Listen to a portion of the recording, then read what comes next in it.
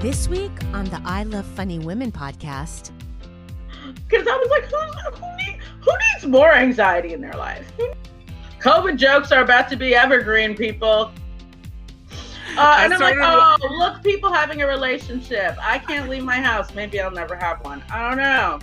I'm like, who wants to watch that now? We are living it every day. Who's trying to watch that?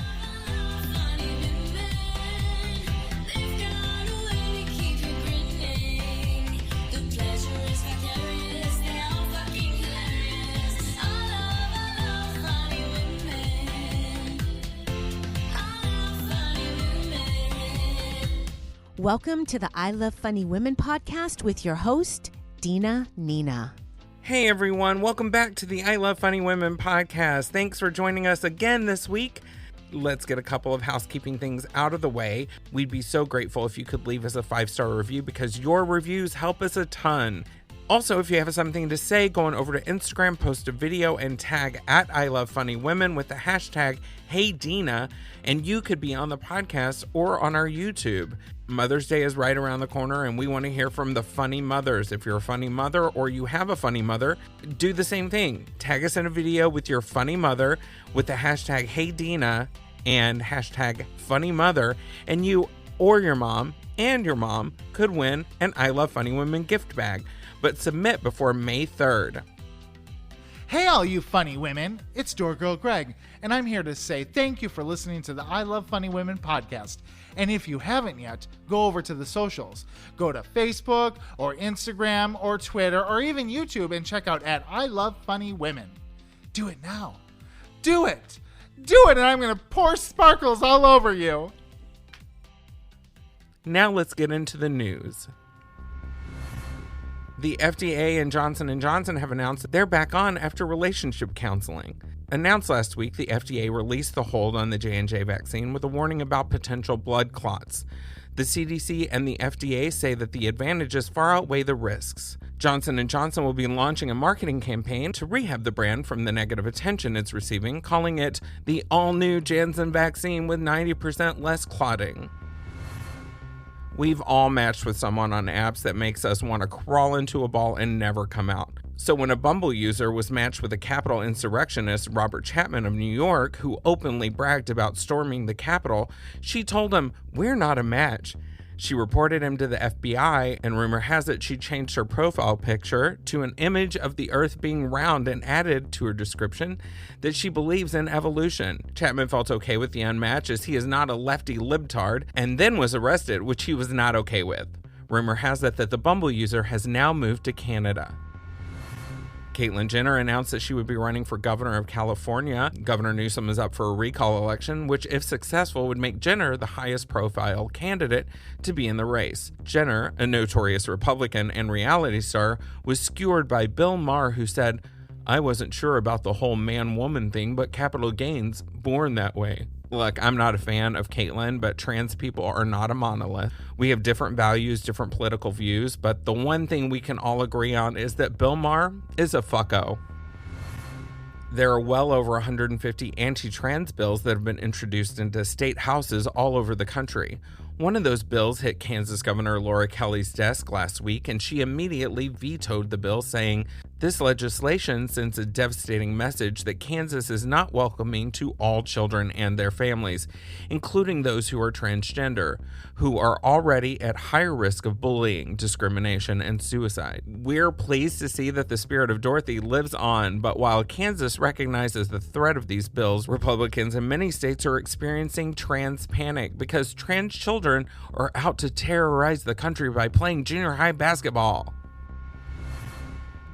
The 93rd Oscars were last night, and we had the opportunity to speak to one of the vocalists for a song that was nominated for Best Song from a Motion Picture. The song Husavik from the motion picture Eurovision The Story of Fire saga had Molly Sandine, also known as My Marianne, who sang the song with Will Ferrell. And Molly is no stranger to the Eurovision Song Contest. In 2006, Sandine represented Sweden in the Junior Eurovision Song Contest and came in third. Hi, Molly. Hi, Dina. It's an honor to just be nominated. Okay, so I love the song. It was crazy about the movie. How did you get involved with the project? Well, I was in LA on holiday, vacation, and one of my producer friends called me and said, "Will you come lay some tracks?" And I told him, yes, if he'd buy me dinner. I hadn't eaten in a month. I mean, we were going to be in LA, for God's sake. I had to get into a two-piece. Well, I've given up on a swimsuit body. So you're Swedish. How was it singing in Icelandic? I felt like I was recording a song for The Sims. Have you ever tried to sing in Simlish? I actually have. That's basically Icelandic. I've heard you say that you've always wanted to be known for singing power ballads, and now here you are singing a power ballad. Yes, I was born too late. Like, I should have been the Lita Ford of Sweden. You'll always be the Lita Ford of Sweden to us. And what are your plans moving forward? I'm going to submit another song for Eurovision and then open a chain of knitted cap shops like IKEA for knitwear with meatballs. Well, that sounds wonderful. Thank you so much and congratulations. Thank you, Husavik. Now let's go on over to our resident sexologist, Renee Hayden.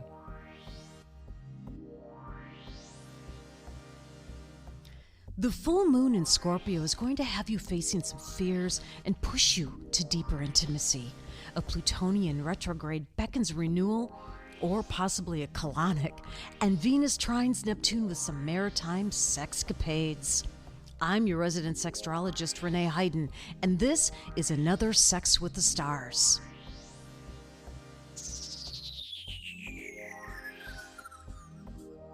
April 26th is a full moon in Scorpio, and this is a time of profound exploration of self and to embrace rather than ignore your deepest fears and anxieties. Delve into your deep cravings for intimacy and allow the intensity of this movement to fuel your sexplorations. I know it's scary, but meet that fear and summon the courage to be loved in your darkness and in the dark. I summon thee to my bedroom now. If anyone knows her sexuality, it's the femme Scorpio. She is distinctly aware of her libido and regenerates through merging, so heed those traffic signs and merge down to the root chakra, baby. What a peculiar place to have a party. This full moon prepares us for the next day when Pluto, the ruling planet of Scorpio, goes retrograde, opening up the subconscious to how we experience renewal, rebirth, power, and sex. Pluto is here to shake your towers so that you can rebuild on a firmer foundation. It's time to cleanse. Get a colonic, put those toys in the dishwasher, and have at it. This movement lasts until October, so this is a marathon, not a quickie, ladies. I am going to have to ask you to slow down. It's the season of Taurus, and the weekend's going to be decadently sensual. Venus in Taurus trines with Neptune in Pisces, so fantasies of love abound like blossoms of spring.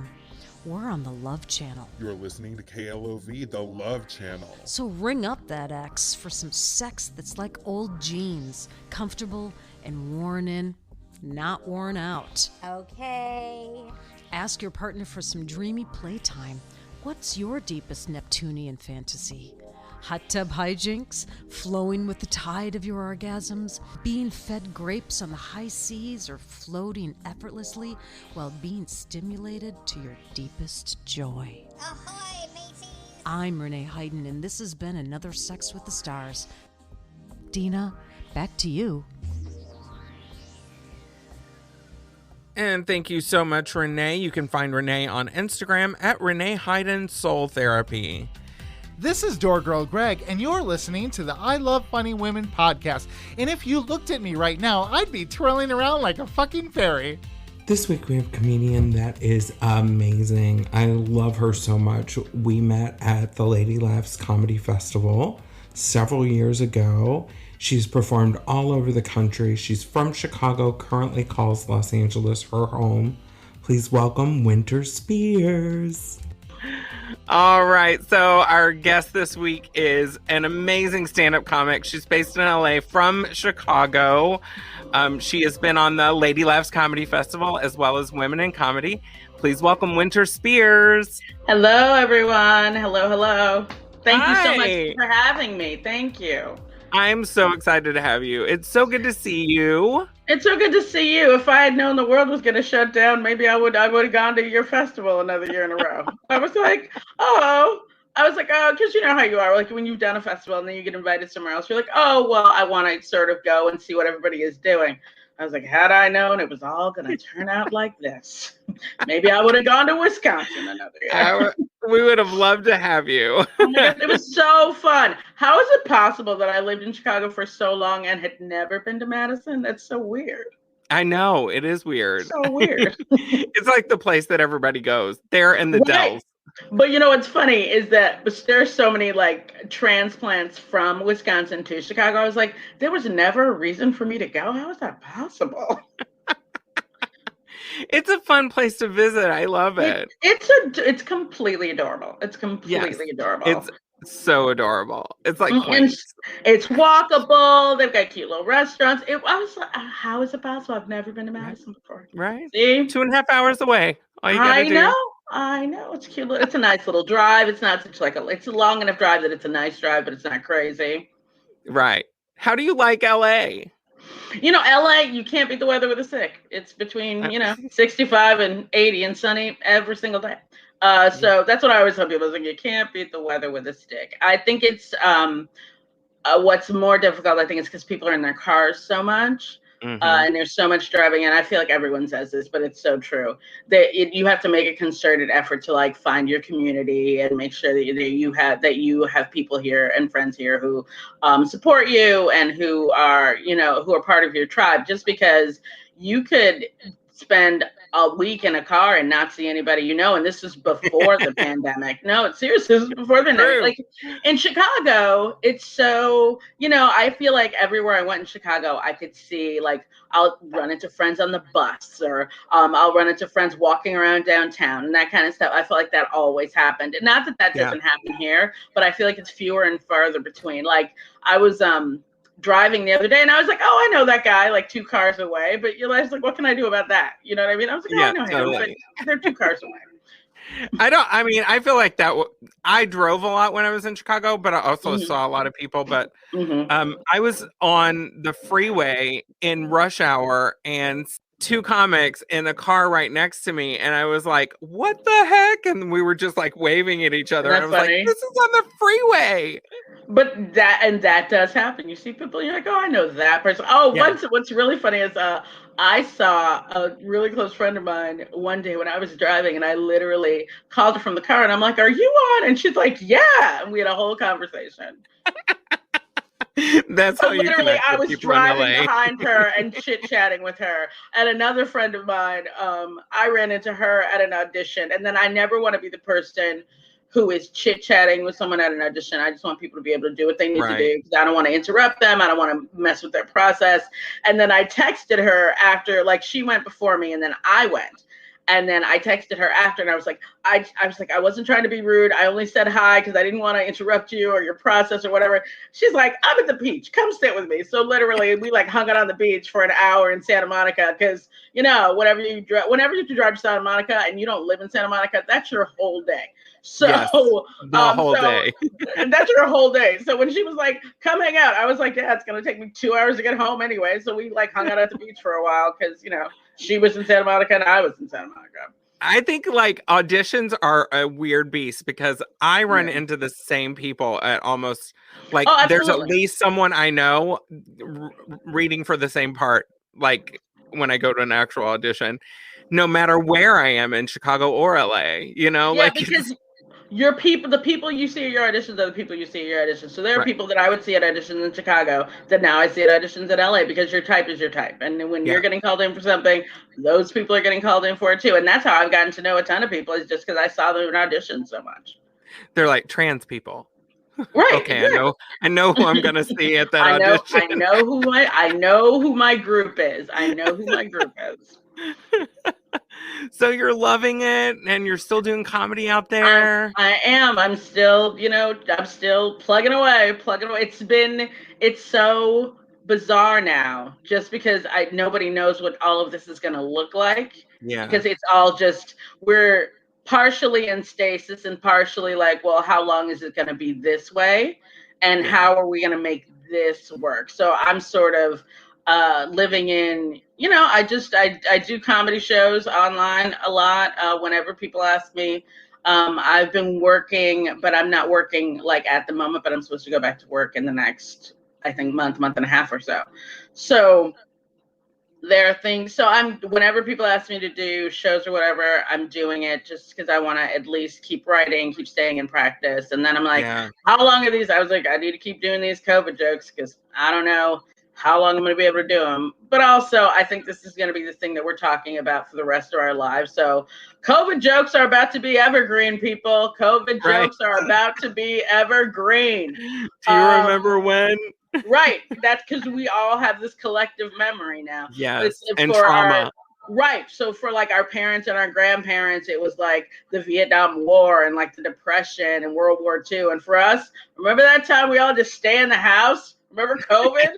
Like that's going to be the thing that we're talking about. Right. Or whatever it ends up being. Right. Whatever it ends up being. We're going to be like, remember that time we couldn't leave our house ever? Remember when people were fighting about wearing masks to save other people's lives? Remember that?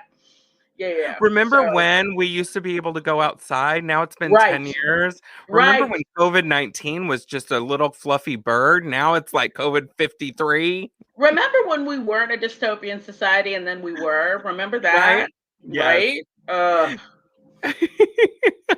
So it's hard to know what all of this is going to look like in sort of, I don't know. I think this moment is just constantly evolving, and we are just trying to hang out. I'm just trying to hang out let me speak for me. I'm just trying to hang out for the ride and see what's happening. And it's hard. I think what's really difficult is, and I feel like I feel like everyone feels this way, is that it's so hard to sort of focus and concentrate when people are like, well, now is a great time to get some writing done. Now is a great time to write your pilot and yes, it is.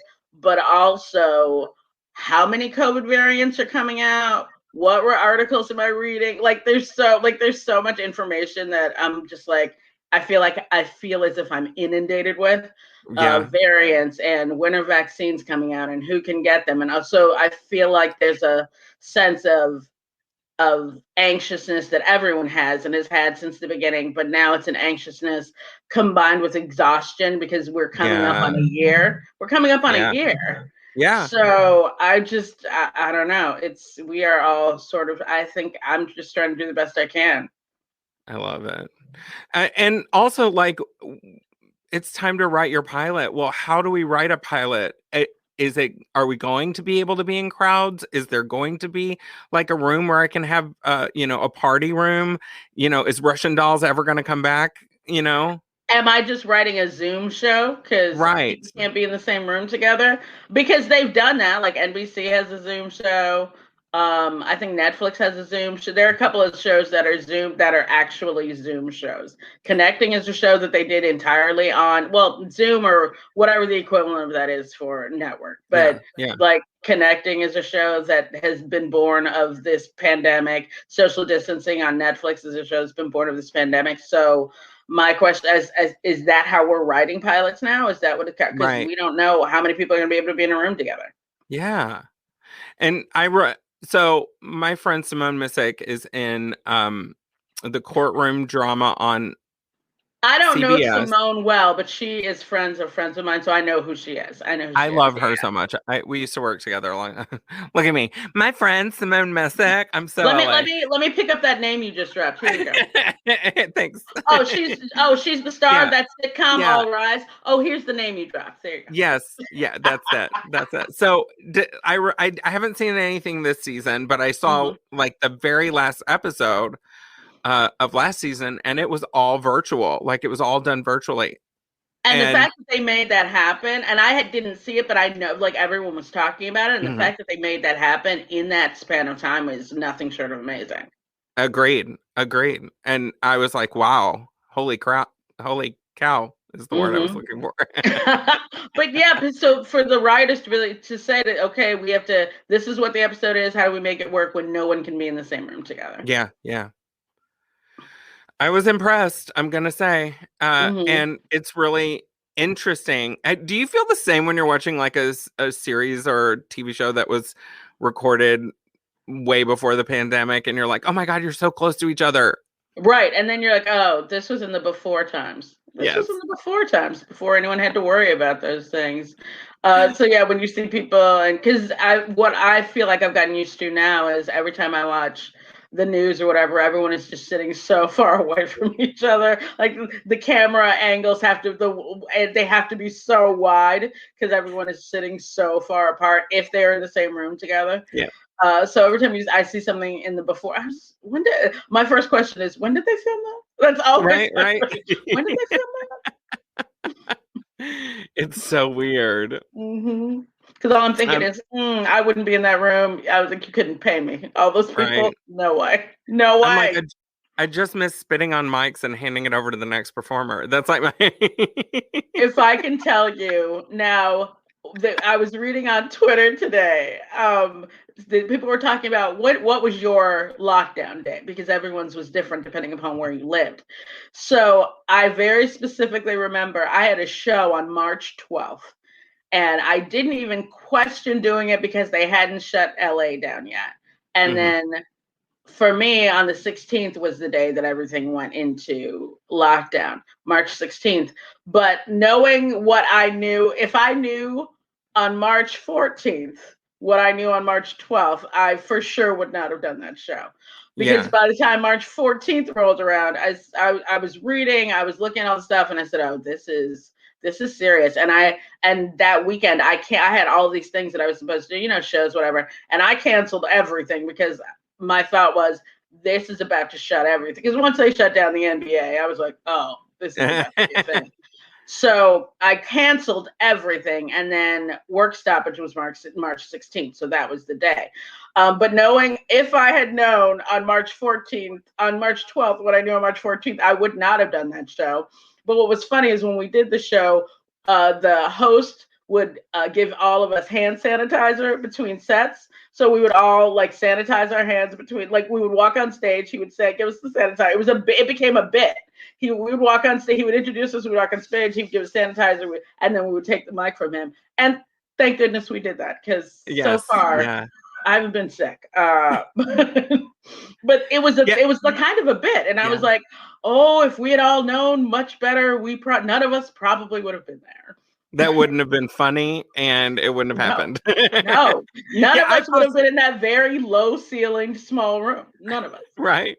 I posted something in January with a lady with a mask on, and I was like, when I survived the pandemic, and people were like, you're just being extra. And then a month and a half later, how extra am I, boo? How extra?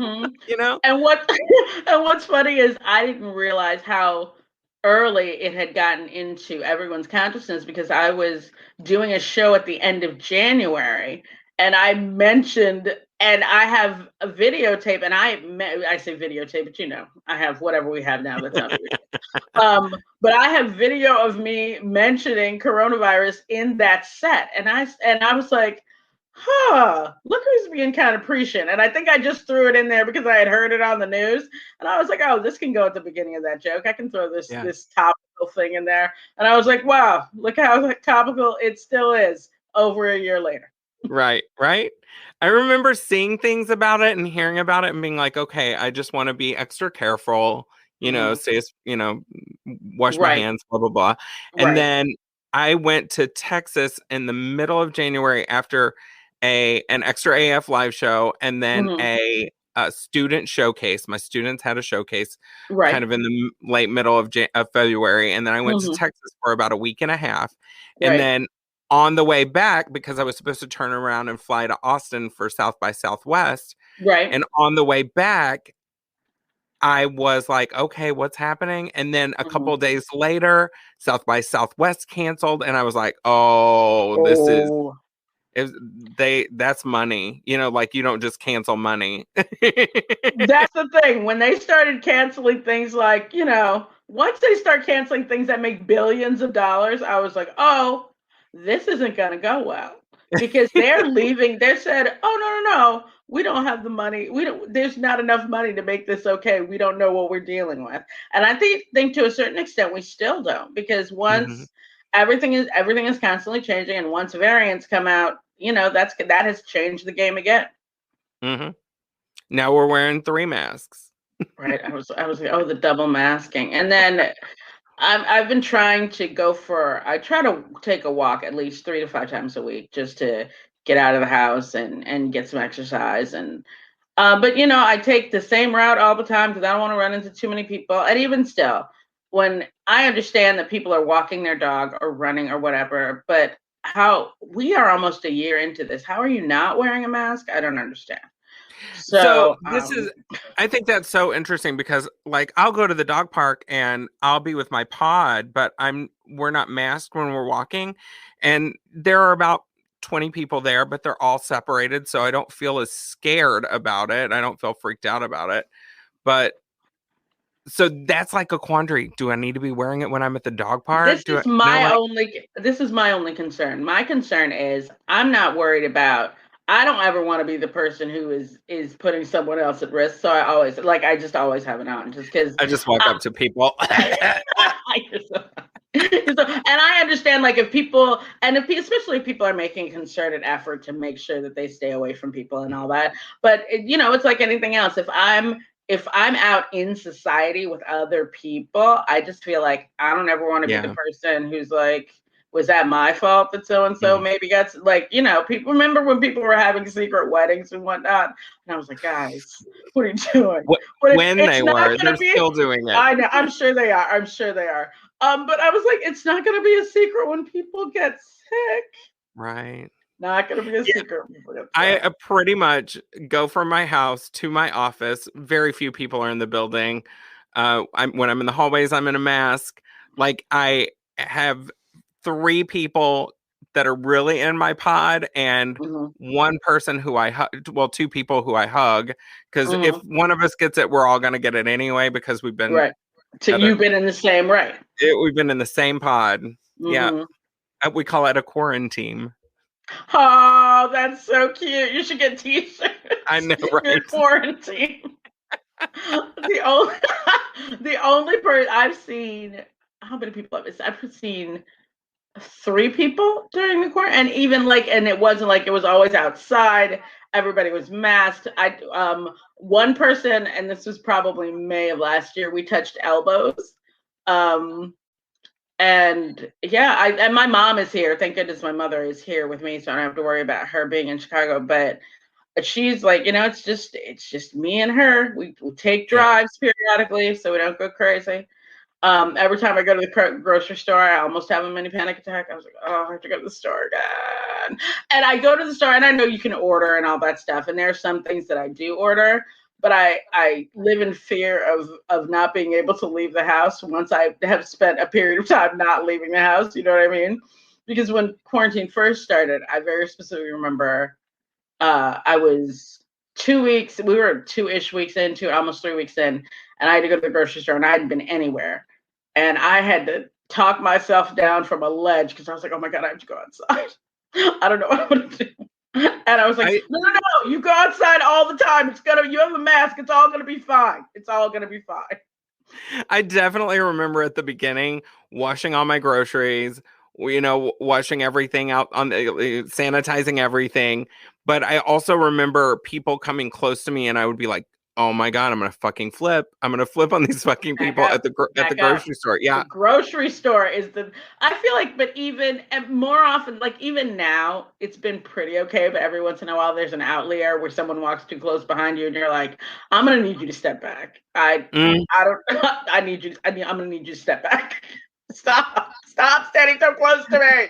Stop it. Do you not realize this is a pandemic? Why are we all wearing masks right now? What are you doing? My whole take on the mask under the nose thing is like it's the new affliction t-shirt. Like, is it? It's like I believe that if you wear a mask under your nose, you have an embroidered pocket, you have an affliction t-shirt, and you probably say bruh all the time. That's just like, and I would probably date you in the before times. You're like, you would have been in my profile in the before times. I would have swiped right. I would have swiped right. I would have swiped right. But it's so funny the things that and I try to be as gracious as I can because I know that we are all struggling. We are all We're white knuckling. We are just we can. Oh my goodness. Oh my, because it's just so it's all so wild. It's all like this movie that we have no idea how it's gonna end, and we've been in it for 11 months. You're like, I'm tired of this movie. When is it gonna be over? So did you watch a lot of things like Contagion and what's funny series? And I couldn't believe when at the beginning of the pandemic when all those movies were trending. I'm like, who wants to watch that now? We are living it every day. Who's trying to watch that? Because I was like, who needs more anxiety in their life? Who needs more anxiety? I don't. I've been trying to watch things that are comforting to me. Like movies that you see and you're like, oh, I love that movie. What movies have I watched? I watched Moonstruck a fair amount at the beginning of the pandemic. I don't know why that movie. I'm not sure. I was like, I don't know why that movie. Maybe because I feel a kinship with Olympia Dukakis. I'm not sure why. But there was something about that movie. I watched that a lot during the pandemic. What other movie did I watch? I've been watching like romantic comedies, like Something New is always fun. Things that I'm like, oh, I remember when I saw this movie and life was good. Remember when life was good? And I'm like, oh, look, people having a relationship. I can't leave my house. Maybe I'll never have one. I don't know. Right. I was like, luckily the muffin shop closed about 1.5 years ago before this. So I was like, no, I'm done. I'm done deleting my apps. So now it's like, I kind of want to swipe right now. Right. And I know people who have sort of been like, and there are people who are out here dating during the pandemic. I was like, but do you know what anyone's COVID protocols are? I wouldn't be comfortable. I wouldn't be comfortable. I'm trying not to, Porto's, right? You know Porto's in LA, right? Mm-hmm. Yeah. Okay. So there's a Porto's not too far from where I live. So I don't want to say I've been a super frequent customer, but I find myself going, wait, what can I order? Do we have enough cookies? Like, it's a constant struggle. I haven't been like every week, but like there are periods that I'm just like in the last 4 days, I've thought to myself like 5 times a day, should I be ordering food from Porto's right now? No, I should not. No, I should not. Because I got Porto's for my birthday. My birthday was in January, and I got Porto's for my birthday, so that was great. But like periodically, I'm literally just looking at my phone, going, "Do I want some of those caramel cookies? I think I do." And I'm like, "No." And my dream is sometimes it's not that I'm hungry; it's just that I'm a little bit out of sorts. And I was like, "Yeah, you know what I mean? I could be eating right now," and I'm like, "No, I should go for a walk." I will tell you, if I were in California right now, I would probably be grabbing pints of Coco Bella every time I turn around. Like that, I would be like, I also feel like if this pandemic lasts about 3 months more, I will be essentially Gilbert Grape's mom in my house. No. Like it's just, I've gotten to the point where I have to lift my belly to shave. I feel like I've been riding the line because I'm like, okay, but if I walk 3 to 5 times a week, I'm maintaining. So like, even if, you know what I mean? I was like, I'm maintaining. I'm not, because the first 3 months it was rough. And I was like, okay, if I'm going to continue, if I'm going to continue to emotionally eat, I'm going to also have to balance that out with something. So hence the regular. So I've taken up there's been a lot of podcast listening to a lot of podcasts while I'm walking. Brene Brown. Yes. Is very calming. She's very calming. I've been listening to, who else have I been listening to? I've listened to Michelle Obama on several podcasts.